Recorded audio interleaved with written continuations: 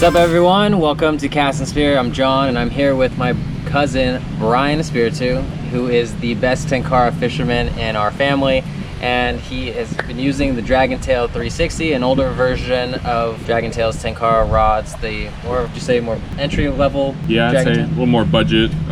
Good to start out with. That's the first one I've ever had, so it's been doing me well so far. Absolutely, and I think they just upgraded this 360 to a 365, which Brent over at Dragontail said he kind of redesigned the whole thing, and I have another video coming out about that one in the near future. But I wanted to talk about this Dragontail Hellbender, which is an 11 and 13 foot zoom rod Tenkara, and I'm new to the Tenkara game. That's why I wanted Bryan to kind of almost show us every piece of this whole setup.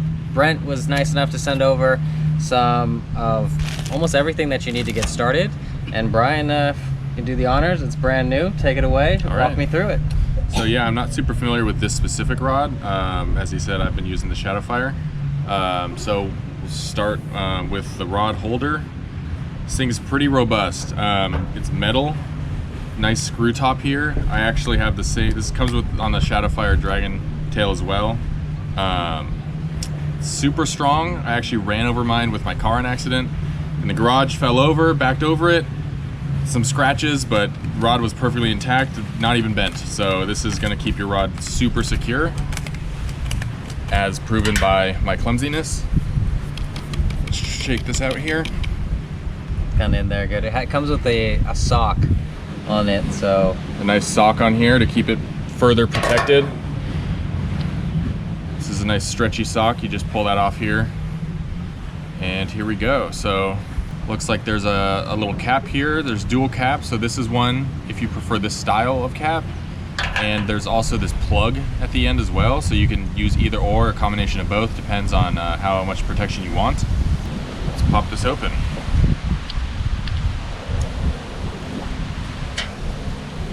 So the basic setup for Tenkara is going to be, this is the collapsed version, so it's this big collapsed. It makes it super great for backpacking, anything you need to like go travel for, pop it in your bag, hey, keep it in the car, doesn't matter. It's super small, very low profile. And then this one extends out to, I believe, 13 feet at the longest, and 11 as well if you're looking for some tighter areas to get into. So what you want to do when you're going to take this out, if you want to see first the full length, you always start with the thinnest piece first. So this right here is going to be the lillian, and this is the end of the rod itself. oh, that's really cool. So what do they do? Just kind of, looks like they just glue this on? Glue that on, and then yeah, this is where your main line is going to be tied to. So we can actually start with setting up that first before we unfurl the entire rod. Here. Hey, can I borrow one of you two? Girls are stuck. I'm gonna go get them. Oh, yeah. Well, we're back. The whole last couple of hours have been an adventure. We first got called to rescue our cousins who were stuck on a sand barge on their jet ski. Then we decided to actually take the jet ski out and pull Bryan behind and on one of those floaty things and try and flip them off. And then we got stuck by having the impeller of the jet ski suck up All the line, and then we just floated down the lake until our uncle saved us, and then we fixed it. So we're back, a little bit more tired, but now we have a good cold one, and Bryan's gonna get us back to where we were. So yeah, so I think I was going to break down how to start your setup. So we pull the cap off, and you want to get back to that lillian here, and the first step is to tie an overhand knot in here, and that's just going to allow you to tie your main line to the actual rod itself. So you just want to tie, it'll be a little bit hard to see. Pull this in. So you're going to just do a normal overhand, pull it through, and try to get it kind of close to the end of that lillian. Give yourself the most amount of room you can. End up something like that, and you just pull that nice and tight. And that you can keep on the rod. Once you do it once, you don't have to really do it again unless for some reason you need to pull out some of these segments if you get a snag or something like that, or you need to fix your actual rod or it breaks. But you'll just leave that like that. And at that point, it's time to tighten your main line. So can you explain to us the different types of lines for the furled lines and what they're used for? Yeah, it says on the back, it explains kind of best use. So bushi is kind of general purpose. I think that's why it comes with the shadow fire. So I use that, I believe, with the 12.5 for a 12-foot rod, and it's been working pretty well. The udachi furled is what we're probably we're not gonna use this one. This is a 16-foot, but it looks like it's great for weightless wet flies, nymphs to woolly buggers, and it's great in wind, which would be helpful here, but we're not using a weightless fly, so we're actually gonna go with the Shogun. It's 14 feet. That's 1 foot longer than the pole, so it's sized pretty well, and it's great for wet flies, nymphs, so we're gonna try this one on this lake and see how it goes. To tie the line is super simple. You're gonna find that lillian again, and in this case, we're gonna put that tip on just to make sure we don't break that very fragile tip. So we'll put the tip cap, leave a little bit of that lillian out with the knot, and that's gonna allow us to tie our main line without damaging the actual rod tip. Once we find right here, this is the section of the main line that you're gonna attach to the rod. It comes with a loop at the end. So all you have to do is you basically take this loop, feed some of that main line through, and it's gonna look like this. You're gonna have a nice extra loop here, and you just put that right around that knot. On the back side of the knot so it doesn't slip off. And you just cinch it. Oh, that's pretty easy. And when you cinch it, you can just tug, and since that cap's on there, I can pull as hard as I want without damaging that tip rod. And that's the reason you want to just put that cap on there. It makes it a lot easier to make that tight. And if you want to take it off, it's nice because it's a quick pull to loosen that knot. So you pull the lillian okay. and the tag end, yeah. That makes sense. Opens right up and you slip it back off. So when you're trying to like travel and throw this in a bag real quick, you can always just loosen that main line, wrap it on a spool, and you're off. You don't have to take out all these knots, cut anything. It's just a quick release. So there you go. And then we'll just unravel this and we'll set up the tippet. So for tippet, we have 5X, 3X, and 4X. And these are fluorocarbon tippets. What do you recommend? I would say 5X. So 5X is a 4-pound, 4X is a 5-pound, and 3X is 7-pound.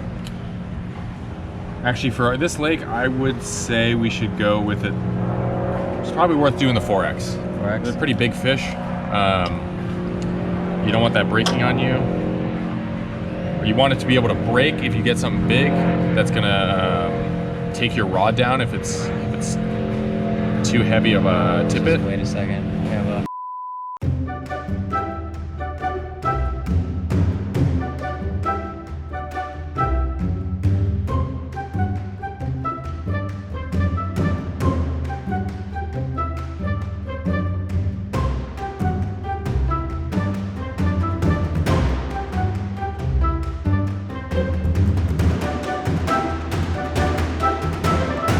Well, as you can see, I still haven't been able to get this bird nest out of this furled line. So maybe in the future it can come pre-spooled on something that I can just unravel. But until then, I think we're going to switch over to, what is that one? We're doing the bushi this time. It's a 12.5 on a 13-foot rod, so it's still sized pretty well. This one is nicely spooled, so I'll pull this off pretty easily. So I'm going to reattach the main line to the tippet. Nice and easy.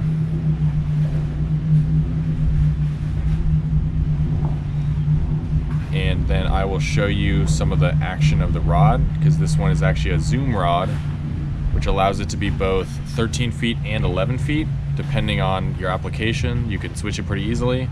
So I can go over kind of how that works as well. The line is on. So I'm just gonna unspool this really quick. And And at the end of your main line is going to be a little, you can see a little, oh, it's like a little small ring. Yeah. And that's what you're going to tie your tippet to. So it's nice, you don't have to make any knot, you don't have to make any special loop or anything. It's already set up straight for the tippet to go onto. So what we're going to do is use this 4X tippet right here and probably pull about 3 to 4 feet. Could use some distance, so since we're using 12.5 feet of line, maybe 4 feet of tippet or so. I kind of just eyeball it. Let's see. There's about this much line. I don't have clippers on me, so I'll just do a quick. Oh, there's clippers right there if you want. Oh, there we go. I gotcha. If you want to just do a snip. And what kind of knot do you like to use? I pretty much use an improved clinch knot for all my knots tying flies. There's a bunch of different knots you can use. That's just my preferred one, the one I'm most familiar with, and it seems to work pretty well consistently. So you just tie your whatever knot of your choice to that ring with the tippet.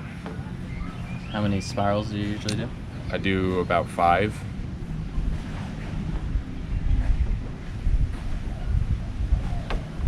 Now, do you moisten your improved clinch, or? Yeah, I'll moisten it right before I end up doing that cinch. So pull it tight. Make sure it's a nice secure knot. And then I'll clip the tag end. Where'd those clippers go?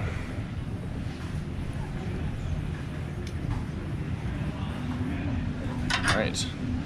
And I would do the same to the fly, so use the other end. We're gonna end up using this on this lake, see how it works, nice and bright. And it has a little jig head on the top, so it gives a little bit of weight to cast through this wind. Yeah, it's pretty windy out here, so this should help with that little weight on there. And I'll tie that later, but in terms of the rod itself, now that we have the main line on, I can pull this tip cap off and extend the actual rod out. So always start with the most fragile end, the tip, with the lillian first, and give it a little bit tension on the rod as you start pulling it out. You don't want to pull too hard. That'll get those sections stuck together and you'll have to figure out some way to actually put them back in. But if you give it some friction, it allows it to be relatively tight without being too tight and really getting those rod sections crammed together.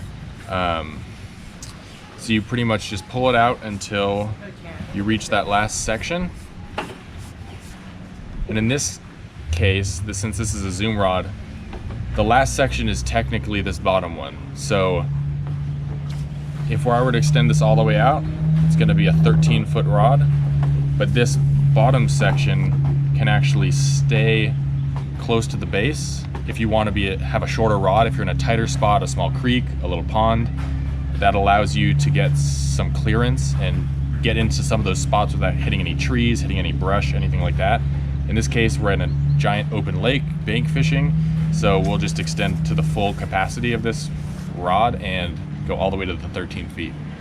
So in total, this is going to be a 13-foot rod, 12.5 foot of main line, and roughly 4 foot of that tippet or leader, giving us 16.5 feet of line in addition to the 13 feet of rod length. So that should get us some pretty good distance to get out there.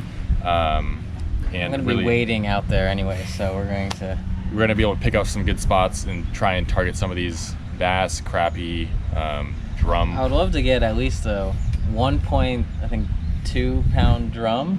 That would set a record here on the fly line, so it'd be a fun fight too. That would be crazy. And the nice thing about this rod as well is it is made for bigger fish, so it's going to have a little bit of a stiffer action. It's not going to be quite as flexible. It's going to allow you to really pinpoint where you want, cast through the wind, and then when you do have a fish on, it's going to give you that stiff action to actually pull that in and make it an easier fight to bring it in. All right, so all we have left now is to put the fly on and get in the water. And then the kit he has also came with some of these nice spools. Yeah, what are those things? So this is actually, it looks like it's a foam spool that's actually wrapped into a plastic casing. The foam's nice because you can hook a fly anywhere on this. You don't have to get it into a certain notch, but in this case, the plastic actually allows you to do a nice, clean fly hook in there as well, so you can keep it nice and tight, not get caught on anything. You're not destroying the foam every time, so it's a little bit more sturdy than your typical foam. It also probably floats as well because of that foam, so if you accidentally drop it in the water, you're not gonna have to go diving for your fly line. So those are actually a pretty nice addition to this kit specifically. There's also this level line here. This is better when you start getting more used to Tenkara. I actually have not used any of this myself. I'm still using the furled line. I'm more comfortable with it and haven't wanted to stray too far from that for now. But I've heard this is really good if you're looking to have a better presentation, keep that main line off the water. When it's harder to cast, especially in wind. So that's why I've kind of strayed away from this. I don't feel like I've mastered using that furled line or the Tenkara yet to dive into the level line. This is great for the presentation. So before we go out there right now, we have everything set up. Instead of carrying this 16 feet of line, should we just throw one of these things on, or how does this work? Yeah, so the way I like to do it, if I'm set up a actual rig here, but I'm on the move, maybe I want to switch spots or something, but it takes a little bit of a trek. I don't want to keep my pole, my 13, 14 foot pole out there, going through some brush or something. What I do is I put the pole all the way back to its smallest length, and then if you want to give me that fly, here we go. Take the spool, take the fly. Oh, you just stick that right into the foam. Just stick that right into the foam there. Oh, interesting. And then I'll wrap my entire line around.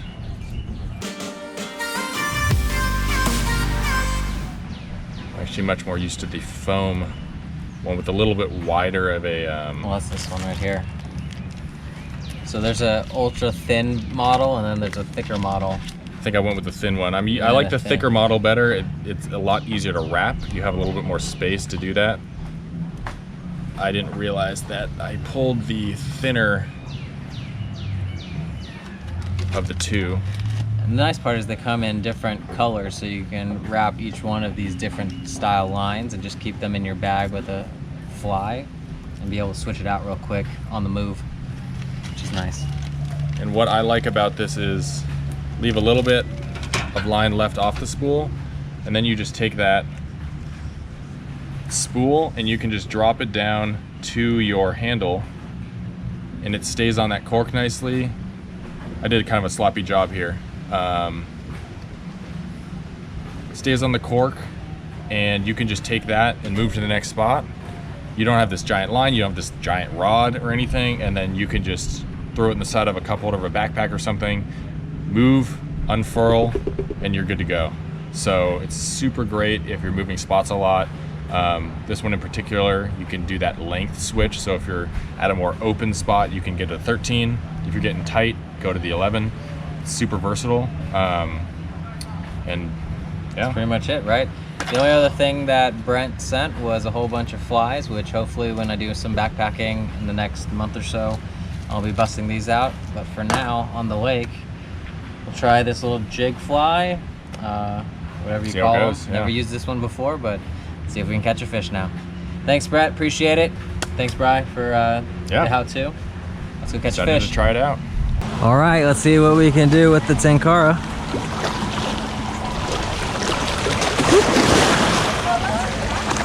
A little windy, a little rough. Woo! A little cold. Doing some waiting.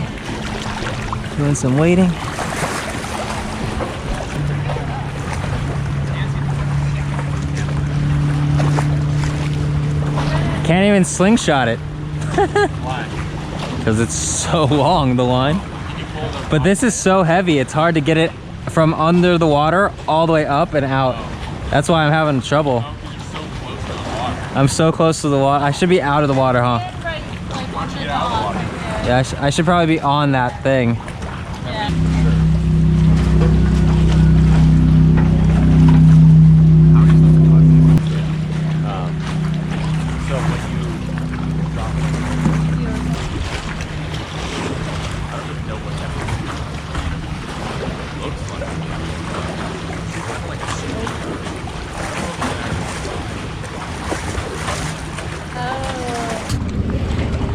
Show us how it's done.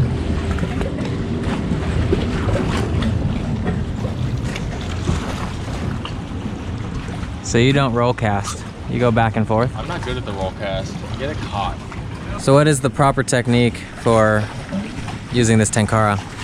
So, I mean, you can hold it anywhere. It's a little bit easier if you hold it, I think a little less fatigue. Also, if you hold it kind of towards the top of the grip. Index finger straight forward. And there's a few different casts. I can only really do the overhand here very well. Pull back. Go forward. Go up to about 12 o'clock before you cast out. And if you keep your elbow into the side, it also helps with that fatigue. Because surprisingly, doing this for very long is actually pretty tiring, keeping that arm straight. You just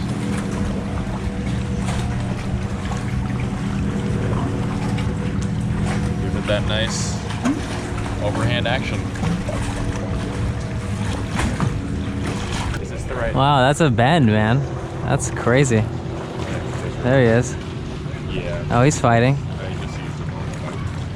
So do you have any recommendations for how do I fish the wacky though? get it in? You bring him How do in. you bring it in? You wait for him to bring like it. get You wait close for it to to get him. tired, but you also There it is. you bring Ooh, it that's back nice towards you, shot. and then you grab the main line too. Okay. Once it gets closer, but you kind of get low into it. You usually use a net. Wow. This would be fun, man. Goodness. Yeah, that's cool.